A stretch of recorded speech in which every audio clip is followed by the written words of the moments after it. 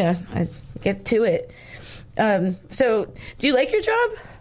Do you like what you're doing? Yes, do you feel like it's hard on you to see this kind of stuff all the time, or?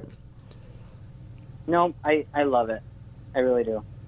In fact, I just had this conversation this morning with a colleague. I don't even think I could do like, quote unquote, I don't think I could have a quote unquote normal caseload anymore. Just the average run of the mill mental health issues. Just because I'm so used to dealing with people that are extremely symptomatic in the moment. Well, how long have you been doing it? Actually, I just started this year, earlier in 2019. So, even though I mentioned that the vast majority are highly resilient and still in shock, so you don't necessarily see a ton of symptoms in everyone. But if they've been with us long enough and their immigration process isn't going favorably, then the symptoms start to come out. And so, you'll get people that are, so depressed that they're psychotic. You can imagine people that have made this trip across Mexico, they haven't eaten in days, they haven't, haven't ingested liquids in days, they haven't slept in days. So sometimes by the time they get to us, they are delirious. Mm-hmm. Just completely beat down. And so then you kind of build them back up.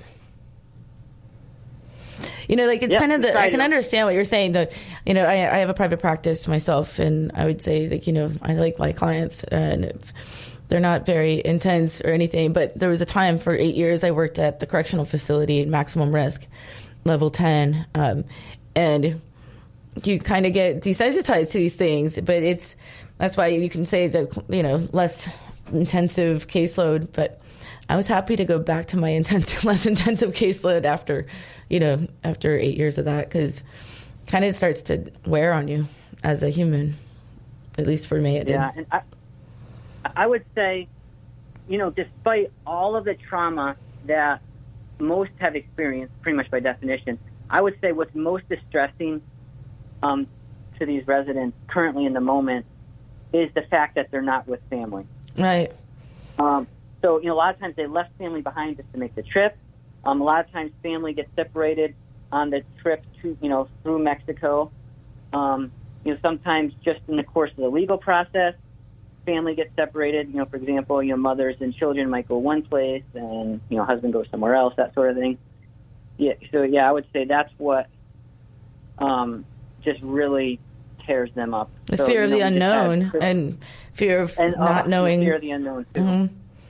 Imagine, especially this time of year, that's heartbreaking.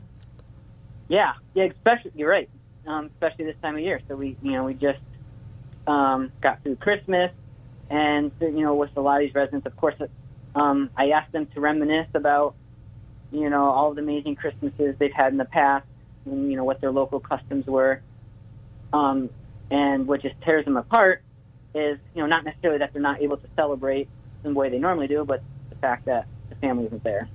Right. And they don't know where they are. Yeah. That's terrifying to think of. They have no clue where their family is, whether they're even alive or not. Yes. Man. Yeah, I'm starting to feel like a spoiled American, too. Dr. Kirby, we have to take our second break, and we'll be back, and we're going to discuss more of this. I want to welcome callers to call in, 866-826-1340. If you have any questions or feedback, 866-826-1340. And we'll be back with Moments of Clarity in just a moment. Please stay tuned. We will return to Moments of Clarity with Tiffany Warner after these messages. This is the Tan Talk Radio Network. Hi, this is Tiffany Warner, your host of Moments of Clarity. Living with a mental health disorder is not easy. If you or someone you know are struggling with this, please know it's so important to seek treatment, and I'm here to help. Please visit the website at momentsofclaritywithtiffany.com to view blog posts and resources on this site to help educate and inspire you to take action, because there's no shame in seeking help for mental health. While you're there, please take a few seconds to sign up for my email list. You'll get some extremely valuable educational and entertaining content that can be sent right to your inbox each week. Plus, you'll also get instant and free access to my guide on managing your anxiety. You can also follow me on Twitter at MOC with Tiffany and at Facebook at at Tiffany Warner. And once again, the website is momentsofclaritywithtiffany.com. Thank you so much for your support and for listening to your show, because change can only come when we stand together as one. Hi, this is Tiffany Warner, your host of Moments of Clarity. I'd like to give a shout out to musician-songwriter Don Lawson, who wrote, produced, and performed all the vocals and instruments on my Moments of Clarity theme song. Don gained his inspiration as a mental health counselor himself. He's always looking for artists to record his songs, and you can hear more of Don's music at reverbnation.com/Don Lawson. You can also check him out on Twitter at Don Lawson Music. Thank you so much, Don, for your contribution to Moments of Clarity and ending the stigma on mental health. It's awesome. This is the Tan Talk Radio Network. Now back to Moments of Clarity with Tiffany Warner, licensed mental health counselor. To engage in the conversation, call 866-826-1340. Here's Tiffany. Hi, welcome back. And if you're just tuning in, this is Moments of Clarity. My name's Tiffany Warner. I'm a licensed mental health counselor, and I'm your host. My guest today is a doctor who's contracted with Homeland Security and works down in Texas, where the immigration and the refugees and all of them are there. And some of the stories he's talking about are like just horrible, that people are fleeing for their lives and getting separated from their family members because of the cartel down there, and stuff that we don't even really realize goes on in this extent. I want to welcome back to Moments of Clarity Dr. Kirby Ruetter. Thanks, Tiffany. Good to be back. Good to be here with you.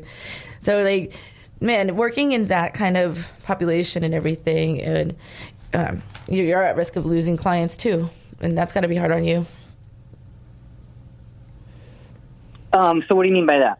Well, like they're your client and then they get sent back in, and there's people waiting for them, you know.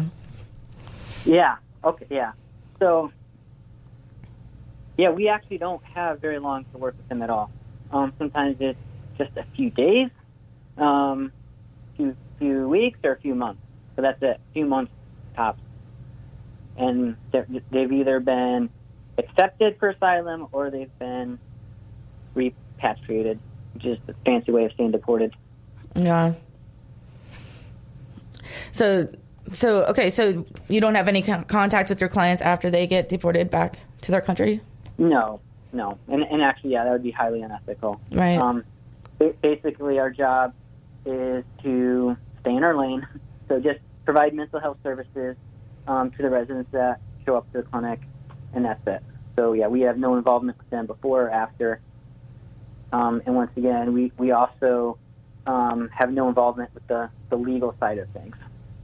Are these people asking for mental health services, or are they just provided them, or required to go in, or how does that work? Yep. So mental health services are completely voluntary. So we do have to do what are called wellness checks once a week. So just, a brief conversation with the mom to see how mom is doing and to see how the kids are doing. But that's not actually in the clinic. That's just out and about. Where I work, it's actually an entire campus. So we try to track them down, figure out where they are, and just have a brief conversation with them. And we do that by design. We want to see how they're doing in their, well, it's not their real setting, but we want to see how they're living life spontaneously, organically, as opposed to artificially in a session in a clinic. Mm-hmm. Like basically in their home environment, but that's not really their home. Yeah. Right. Yeah, we want to see, how the kid is doing on the playground, or how the kid is interacting with other kids, or, how mom is interacting with the roommates, that sort of thing. But in the course of doing those wellness checks, we also explain the mental health services that we offer at the clinic. Hold on, Kirby, something's going on with your sound.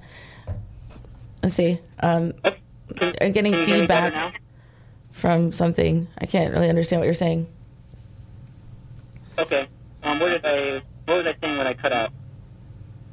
No, but it's getting bad feedback. You might have to just keep talking. Let's see if it's. Anyway, so what he's saying about the Homeland Security, that he works on the border with Texas, and that a lot of the clients that are running for their lives or from the cartel or anything like that. They're offered mental health services, and he provides that for them, does wellness checks on them, and hopes that they can get back into their community the most efficiently.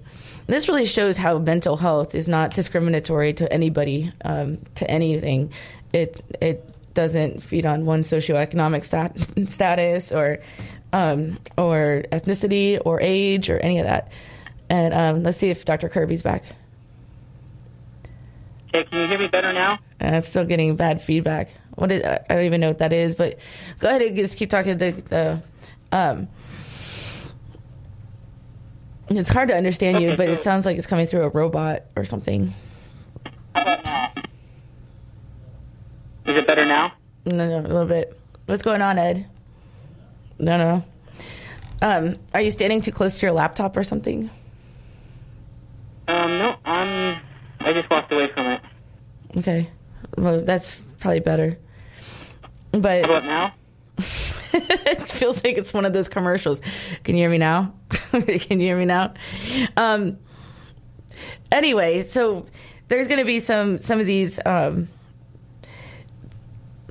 some great things that Dr. Kirby's doing with the knowledge that he's found out, making a self-skills workbook and working with trauma and seeing trauma like at the front lines. I mean, it's kind of like a war zone in a different way, but you know, that's where you're feeling feared that you don't know where your loved ones are, your friends or family, you don't know if they're okay or alive.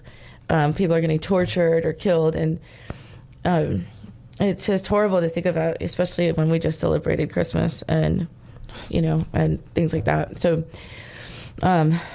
my prayers go out to those kind of families that have to deal with that. And maybe we should think about how grateful we should be feeling, how grateful we have it, like how good we have it, and compared to that. A lot of times we don't realize how much good that we have and how easy we have it compared to other people. Kirby, are you still with me? I agree. Yeah. Yep. Can you hear me? So just go ahead and say what you were going to say.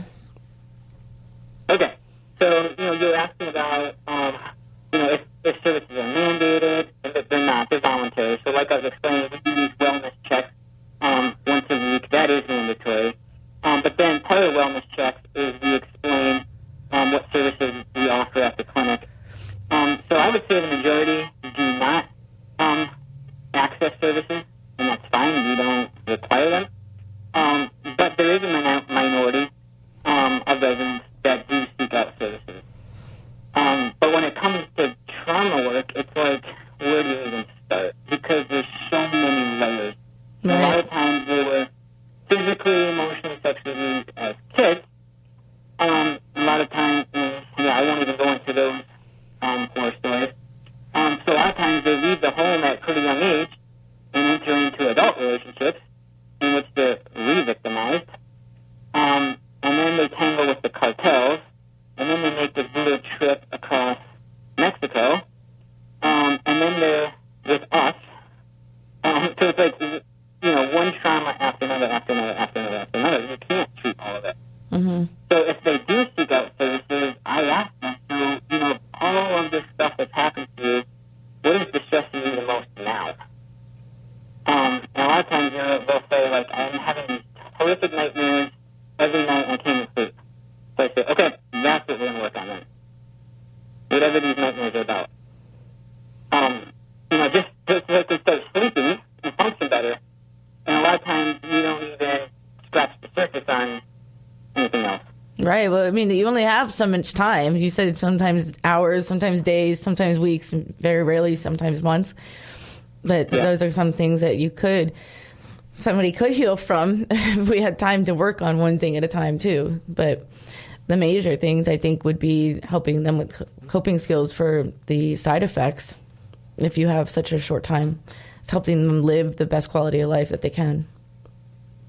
Yeah, you're right. So a lot of times, basically what we're doing is harm reduction, you know, damage control. You know, we're not necessarily trying to get rid of the symptoms, just bring the symptoms down to a level where they're more bearable. Right. Right. It's unbearable to even imagine. what you're doing, though, Dr. Kirby, is amazing.